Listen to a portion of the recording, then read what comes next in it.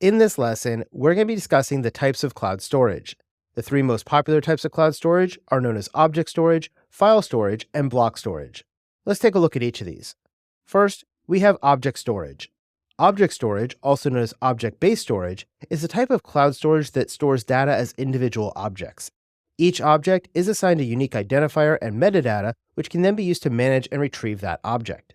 An example of object storage in Amazon Web Services is known as Amazon S3 or the Simple Storage Service. Inside of the Amazon S3 service, all of our objects that are going to store the data are referred to as buckets. Now, if you're working in Microsoft Azure, the object storage you're going to use is known as Azure Blob Storage, and they call these blobs. If you're working with GCP or Google Cloud's platform, object storage is instead called the Google Cloud Storage, and this still uses objects instead of buckets or blobs. Regardless of which term you're using, whether it's objects, buckets, or blobs, we're really referring to the same thing. We're talking about object-based storage. Now, one of the main advantages of using object-based storage is its scalability. This is because objects are stored individually, and therefore it's easy to add or remove storage capacity whenever you need it. Additionally, object storage is often less expensive than other types of cloud storage because it doesn't require the use of an expensive file system or specialized hardware.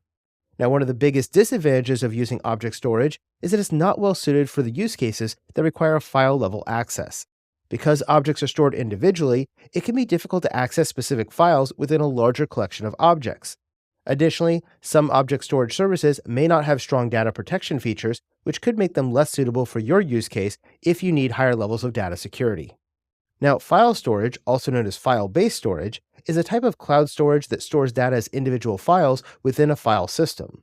A good example of file storage would be something like Dropbox or Microsoft's OneDrive or Google Drive or things like that, because these are all popular file storage services.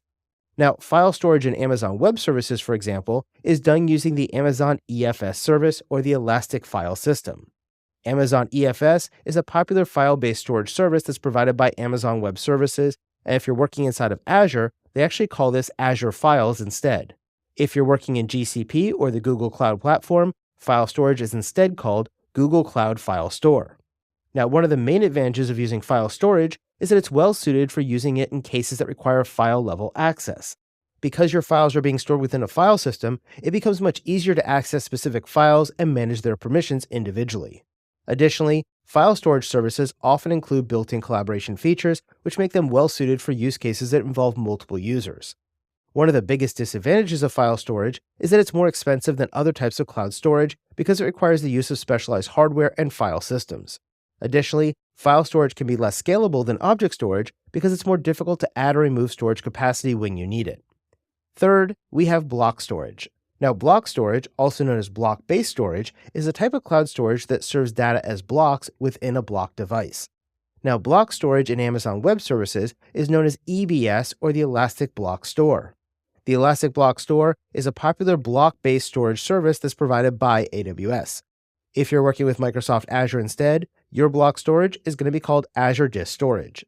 If you're working with GCP or the Google Cloud Platform, on the other hand, your block storage is going to be called the Google Persistent Disk. Now, one of the main advantages of block storage is that it's well suited for use cases that require high levels of data security. This is because data stored in blocks within a block device are really easy to encrypt and protect all of that data at one time.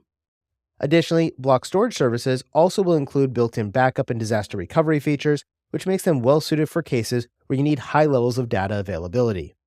Now, one of the biggest disadvantages of block storage is that it's more expensive than the other types of cloud storage we talked about because you have to use specialized hardware and block devices.